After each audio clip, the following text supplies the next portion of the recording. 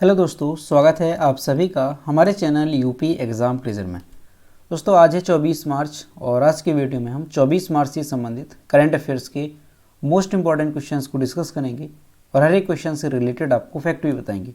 इस वीडियो की अगर आपको PDF डाउनलोड करनी है तो इसकी जो डिटेल्ड PDF है वो आप हमारे टेलीग्राम ग्रुप से डाउनलोड कर सकते हैं। टेलीग्राम ग्रुप की लिंक आपको वीडियो के डिस्क्रिप्शन में दी गई है, तो वहाँ से आप सभी लोग जो है टेलीग्राम ग्रुप को जरूर से ज्वाइन कर लें। वहाँ पे आपको सारी PDF एक साथ मिल जाएंगी। तो चलिए स्टार्ट करते हैं।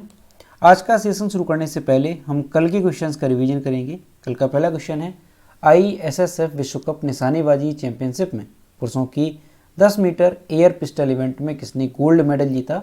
तो ये जीता है सरबजोत सिंह ने। ऑप्शन यहाँ पे बी करेक्ट होगा। अगला है MCF रायबरेली हॉकी स्टेडियम का नाम किस महिला हॉकी खिलाड़ी के नाम पर रखा गया? ऑप्शन यहाँ पे सी करेक्ट हो जाएगा, रानी रामपाल के नाम पे। अगला है दोस्तों यूपी करंट अफेयर्स की लास्ट 6 मंथ की अगर आपको PDF ई बुक डाउनलोड करनी है तो इसकी लिंक आपको वीडियो के डिस्क्रिप्शन में दी गई है। वहाँ से आप इस PDF ई बुक को डाउनलोड कर सकते हैं। ये जो उत्तर प्रदेश करंट अफेयर्स की PDF ई बुक है लास्ट 6 मंथ की, ये यूपी के सभी कॉम्पिटेटिव एग्जाम्स के लिए मोस्ट इंपॉर्टेंट है। ठीक है, ये जुलाई 2022 से लेकर के दिसंबर 2022 तक की है और इसके आगे अगर हम 2023 की बात करें तो जनवरी और फरवरी 2023 की जो PDF ई बुक है वो हमने तैयार की है। तो इसकी लिंक भी आपको वीडियो के डिस्क्रिप्शन में मिल जाएगी। तो वहाँ से आप ये सारी PDF ई बुक डाउनलोड कर सकते हैं जो कि यूपी के सभी कॉम्पिटेटिव एग्जाम्स के लिए मोस्ट इंपॉर्टेंट रहेगी। और अगर इसे डाउनलोड करने में कोई दिक्कत होती है या कोई प्रॉब्लम होती है तो साइट पर आपको व्हाट्सएप नंबर और ईमेल मिल जाएगा जिस पर आप कॉन्टैक्ट कर सकते हैं। अगला क्वेश्चन है हाल ही में किस देश ने अपना पहला पनडुब्बी बेस शुरू किया है? तो ये किया है बांग्लादेश ने। अगला है विश्व जल दिवस कब मनाया जाता है? तो विश्व जल दिवस जो है 22 मार्च को मनाया जाता है। ऑप्शन यहाँ पे ए करेक्ट होगा। अगला है किस राज्य में एशिया के सबसे बड़े 4 मीटर लिक्विड मिरर टेलीस्कोप का उद्घाटन किया गया? इसका उद्घाटन किया गया है उत्तराखंड में। ऑप्शन यहाँ पे बी करेक्ट होगा। अगला है NTPC ग्रीन एनर्जी लिमिटेड ने अक्षय ऊर्जा प्रोडक्ट्स के लिए किसके साथ एक समझौता किया है? तो NTPC ग्रीन एनर्जी लिमिटेड जो कंपनी है उसने इंडियन ऑयल कॉरपोरेशन लिमिटेड के साथ समझौता किया है। अगला है दोहा में Qatar billiards and snooker federation academy में खेले गए फाइनल में किसने अपना एशियाई बिलियर्ड्स खिताब बरकरार रखा है? तो किसने जीता है? तो ऑप्शन यहाँ पे भी करेक्ट होगा, पंकज आडवाणी ने। अगला है अंतर्राष्ट्रीय मुद्रा कोष ने वित्तीय संकट से जूझ रहे श्रीलंका को कितने बिलियन डॉलर का बेल आउट पैकेज दिया है? तो 3 बिलियन डॉलर का। ऑप्शन यहाँ पे सी करेक्ट होगा। अगला है उस समूह का नाम क्या है जिसके खिलाफ पंजाब पुलिस ने राज्यव्यापी तलाशी अभियान चलाया है? तो ऑप्शन यहाँ पे बी करेक्ट होगा, वारिस पंजाब दे। तो दोस्तों ये कल के क्वेश्चंस थे जिसका हमने रिवीजन किया। अब हम शुरू करते हैं आज का सेशन। आज का पहला क्वेश्चन है कौन सा राज्य स्वास्थ्य का अधिकार बिल पारित करने वाला पहला राज्य बन गया है? तो ये बन गया है राजस्थान। ऑप्शन यहाँ पे सी करेक्ट होगा। दोस्तों जो राजस्थान है यहाँ पे विधानसभा में स्वास्थ्य का अधिकार एक बिल जो है वो पारित किया गया और ऐसा बिल पारित करने वाला ये भारत का पहला राज्य बन गया है। इसके तहत राज्य के निवासी सभी सार्वजनिक स्वास्थ्य सुविधाओं में OPD सेवाओं और IPD सेवाओं का मुफ्त लाभ उठा सकेंगे। साथ ही चुनिंदा जो निजी हॉस्पिटल हैं उसमें भी ये सुविधा प्रदान की जाएगी। विधेयक को पिछले साल सितंबर में विधानसभा में पेश किया गया था, लेकिन विपक्षी और डॉक्टर्स की आपत्ति के बाद जो है इसे प्रवर समिति के पास भेजा गया था। ठीक, तो ध्यान रखेंगे कि स्वास्थ्य का अधिकार एक जो बिल है इसको पारित करने वाला भारत का पहला राज्य कौन सा बन गया? तो ये बन गया है राजस्थान। अब दोस्तों यहाँ पे राजस्थान की अगर हम बात करें तो कुछ क्वेश्चन है राजस्थान से रिलेटेड जो कि आपको याद रखने हैं।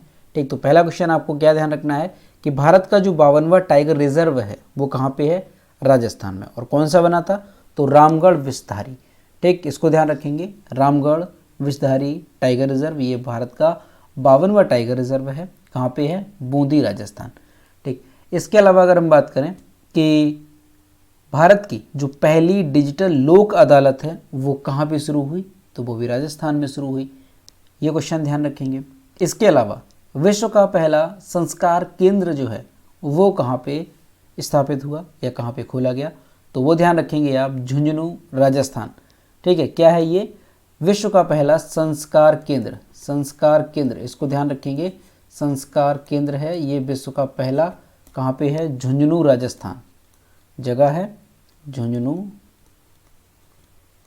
राजस्थान में, तो ये विश्व का पहला है, इसको ध्यान रखेंगे। इसके अलावा आपको एक क्वेश्चन और ध्यान रखना है कि भगवान शिव की दुनिया की सबसे ऊंची जो प्रतिमा है वो कहाँ पे स्थापित की गई है, तो राजसमंद जिले में राजस्थान में स्थापित की गई है और उस प्रतिमा को नाम दिया गया है विश्व स्वरूपम, जो कि भगवान शंकर की सबसे ऊंची प्रतिमा है। दुनिया की कितनी ऊंचाई है, तो इसकी ध्यान रखेंगे 369 फीट इसकी जो है प्रतिमा की ऊंचाई है। तो ये राजस्थान से रिलेटेड कुछ क्वेश्चन हैं, इसको आप लोग जो है नोट कर लिया करें ताकि रिवाइज करने में आपको आसानी हो। अगला है हरून ग्लोबल रिच लिस्ट 2023 के अनुसार दुनिया के शीर्ष 10 अरबपतियों की सूची में शामिल होने वाले एकमात्र भारतीय कौन है, तो ये हैं मुकेश अंबानी, ऑप्शन यहाँ पे सी करेक्ट होगा। दोस्तों 2023 हरून ग्लोबल रिच लिस्ट अभी जो है जारी की गई है और इसके अनुसार जो टॉप 10 दुनिया के शीर्ष 10 अरबपतियों की सूची है उसमें केवल एक जो है भारतीय को शामिल किया गया, ठीक, और वो कौन है, तो रिलायंस इंडस्ट्रीज लिमिटेड के अध्यक्ष हैं मुकेश अंबानी, इनको इस लिस्ट में शामिल किया गया, यानी भारत से शामिल होने वाले केवल एक व्यक्ति। अरबपतियों की संख्या में Bharat 2023 Haroon global rich list में तीसरे स्थान पे है। 2022 की तुलना में अरबपतियों की संख्या में 8% की गिरावट आई है और उनकी संपत्ति जो है वो 10% कम हुई है। तो ये चीज़ यहाँ पे ध्यान रखेंगे कि 2023 हरून ग्लोबल रिच लिस्ट जो है अभी जारी की गई है, तो इसमें जो दुनिया के शीर्ष 10 अरबपतियों की सूची है उसमें किस भारतीय को शामिल किया गया, तो केवल एक भारतीय थे, मुकेश अंबानी। अगला है कॉल बिफोर यू डिग, जो एक एप्लीकेशन है, इसे किसने लॉन्च किया है, प्रधानमंत्री नरेंद्र मोदी ने इसको लॉन्च किया है, ऑप्शन यहाँ पे ए करेक्ट हो जाएगा। दोस्तों प्रधानमंत्री नरेंद्र मोदी ने कॉल बिफोर यू डिग एक एप्लीकेशन है, इसको लॉन्च किया है। इस ऐप की ज़रूरत क्या है, क्यों इसको लॉन्च किया गया और क्या ये ऐप काम करता है, तो इसके बारे में देखेंगे। तो ये जो ऐप है इसको डिपार्टमेंट ऑफ टेलीकम्युनिकेशन द्वारा इस ऐप को जो है विकसित किया गया, यानी इस ऐप की जो पहल है वो इस डिपार्टमेंट के द्वारा की गई थी, डिपार्टमेंट ऑफ टेलीकम्युनिकेशन के द्वारा। अब ये जो एप्लीकेशन है, जो ऐप है, इसको क्यों विकसित किया गया, तो दोस्तों क्या है कि ये जो एप्लीकेशन है, जो भूमिगत सेवाएं होती हैं, जैसे आपने देखा होगा अंडरग्राउंड बिजली होती है तो उसमें बिजली के तार होते हैं, इसके अलावा जो पाइपलाइन है वो भी अंदर ही होती है ज़मीन के नीचे। तो ये जो सारी भूमिगत सेवाएं हैं इनमें अगर कोई दिक्कत होती है तो इसको देखने के लिए, चेक करने के लिए क्या होता है कि कई सारी जगह जो है खोदना होता है और सही लोकेशन का पता नहीं चल पाता है, इस वजह से काफ़ी क्या है खर्च भी होता है। तो इसी का जो है काम आसान करने के लिए इस एप्लीकेशन को लॉन्च किया गया है, यानी जो भूमिगत सेवाएं हैं उनसे जो होने वाला नुकसान है उसको ये बचाएगा। इससे इसकी मदद से उनकी जो सही लोकेशन है उसका पता लगाया जा सकेगा और उन्हें नुकसान से बचाया जा सकेगा। समन्वय के बिना खुदाई के चलते देश की भूमिगत संपत्तियों को सालाना 3000 करोड़ का नुकसान होता है। तो ये चीज़ आप यहाँ से ध्यान रखेंगे कि कॉल बिफोर यू डिग एक एप्लीकेशन है, इसको प्रधानमंत्री नरेंद्र मोदी ने लॉन्च किया है। इसका उद्देश्य क्या है, तो जो भूमिगत सेवाएं हैं उनकी सही लोकेशन का पता लगाना, ये इस एप्लीकेशन का काम होगा। अगला है विश्व मौसम विज्ञान दिवस प्रतिवर्ष कब मनाया जाता है, ऑप्शन यहाँ पे करेक्ट हो जाएगा बी, 23 मार्च को ये मनाया जाता है। दोस्तों हर साल जो है 23 मार्च को कौन सा दिवस होता है, विश्व मौसम विज्ञान दिवस मनाया जाता है। ये 23 मार्च को क्यों मनाया जाता है, तो 23 मार्च 1950 को विश्व मौसम विज्ञान संगठन की स्थापना हुई थी, ठीक है।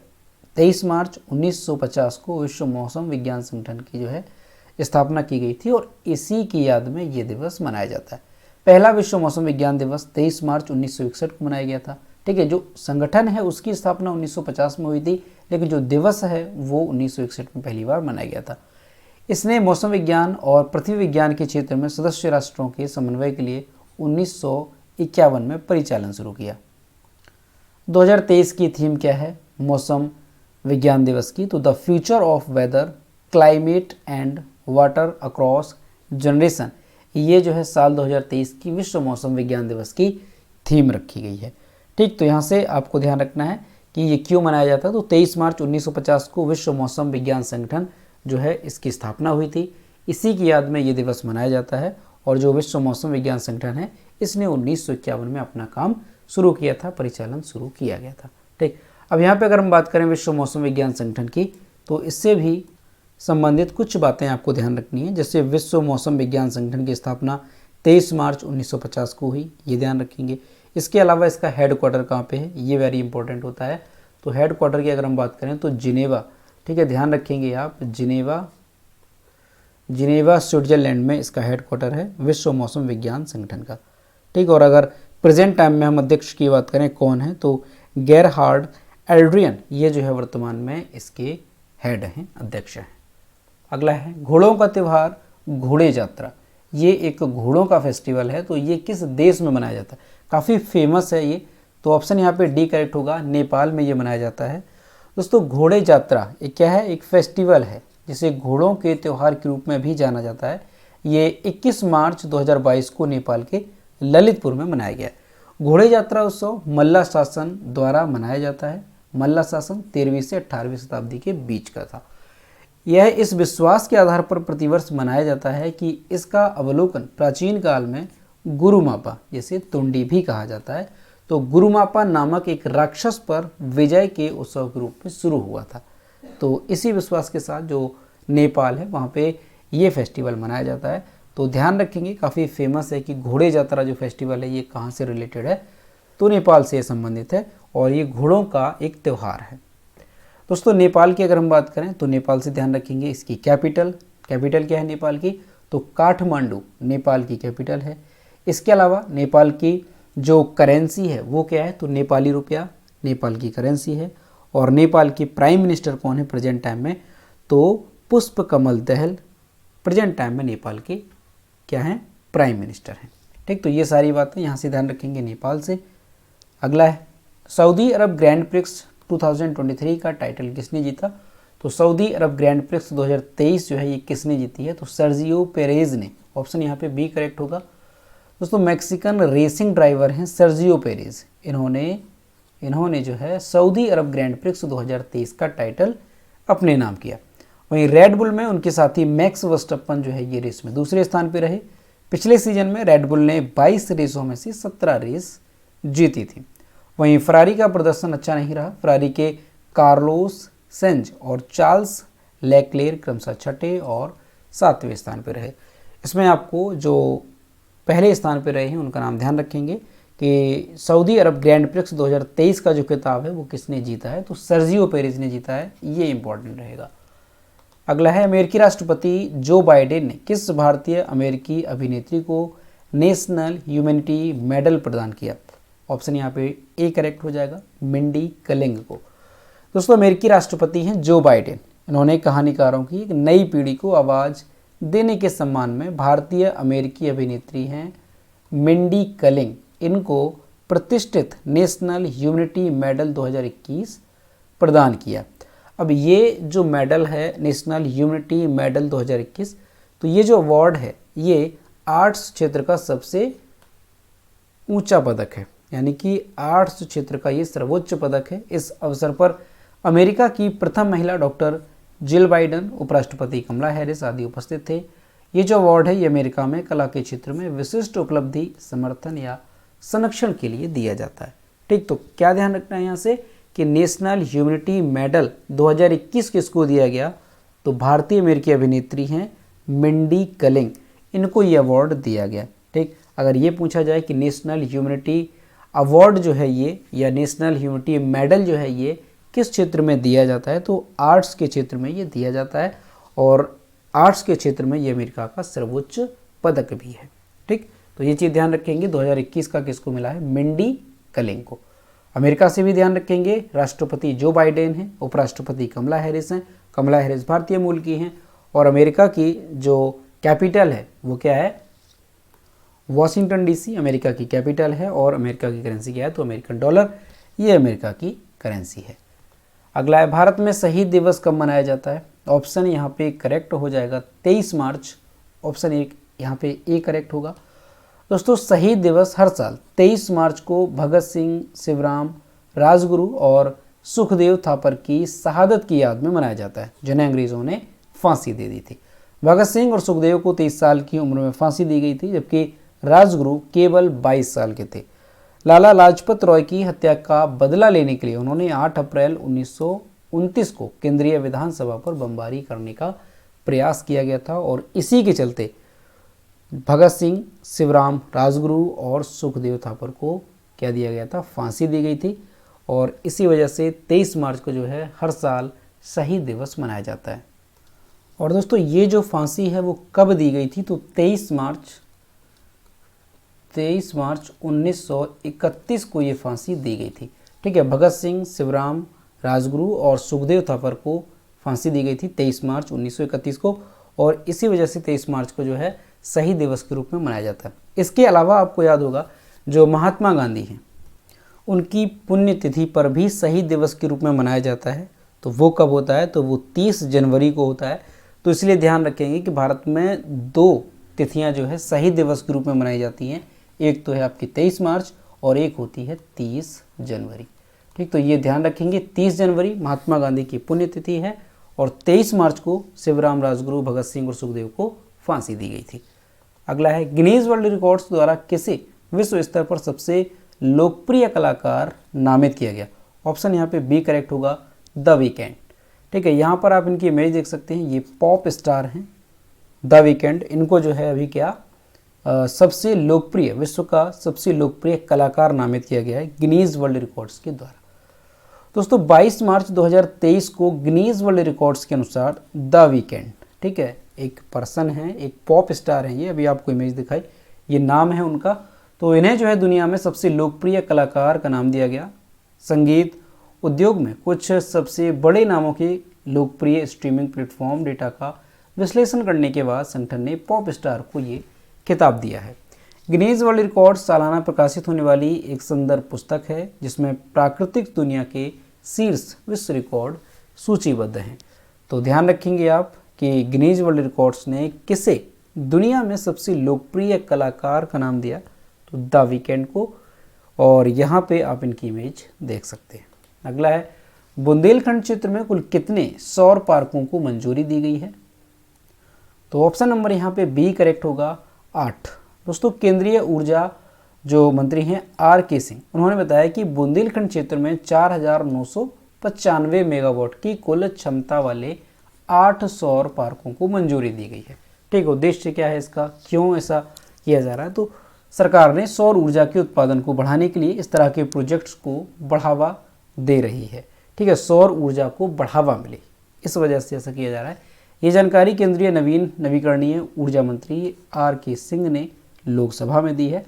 इसमें ललितपुर सोलर पार्क हो गया, जालौन सोलर पार्क है, चित्रकूट सोलर पार्क और कालपी सोलर पार्क जैसे नाम शामिल हैं। तो कुल मिलाकर के बुंदेलखंड क्षेत्र में 8 सौर पार्कों को मंजूरी दी गई है, 4,995 मेगावाट की कुल क्षमता वाले। ठीक, तो ये थे 24 मार्च से संबंधित करंट अफेयर्स के मोस्ट इंपॉर्टेंट क्वेश्चन जो कि हमने डिस्कस किए। हम देखते हैं कल की वीडियो को क्वेश्चन जो हमने आपसे पूछा था। ये है कल के वीडियो का क्वेश्चन जो हमने आपसे पूछा था कि हाल ही में किस हवाई अड्डे को विश्व का सर्वश्रेष्ठ हवाई अड्डा 2023 घोषित किया गया।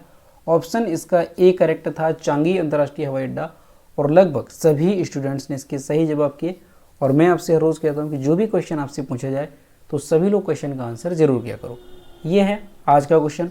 कॉरपोरेट जांच और जोखिम परामर्श कंसल्टिंग फर्म क्रोल की एक रिपोर्ट के अनुसार किसे भारत का सबसे मूल्यवान व्यक्ति बताया गया।